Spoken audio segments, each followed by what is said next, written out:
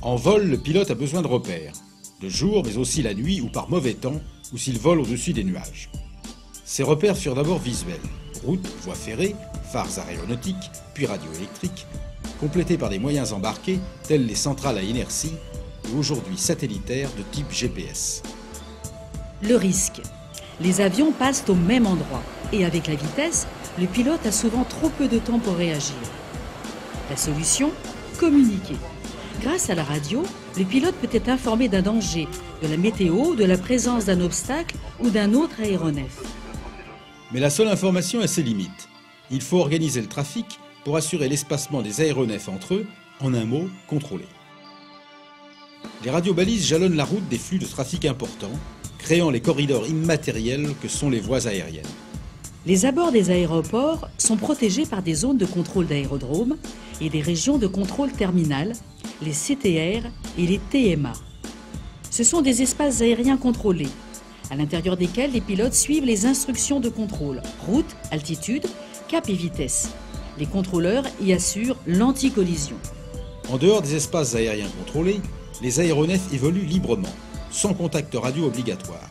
Ce sont les espaces aériens non contrôlés, domaine de l'aviation légère, mais aussi de l'aviation militaire.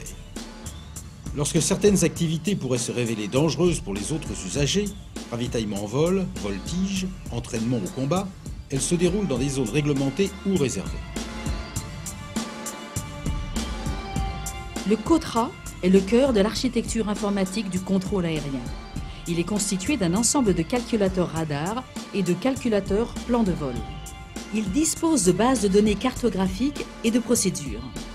Grâce à un réseau spécialisé de communication sol-sol, il reçoit les données des plans de vol déposés par les compagnies aériennes ou les pilotes, les informations météorologiques et les heures de décollage calculées par l'organisme européen de régulation du trafic pour éviter, s'il le faut, la saturation de l'espace aérien.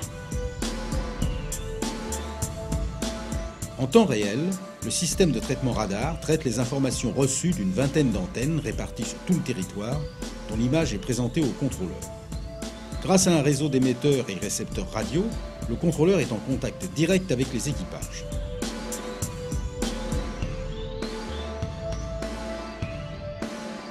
Près d'1 million de vols furent gérés au cours de l'année 1973 sur les positions de contrôle identiques à celles exposées ici. Elles furent utilisées durant 25 ans et voyaient passer en 1999 2 500 000 vols par an.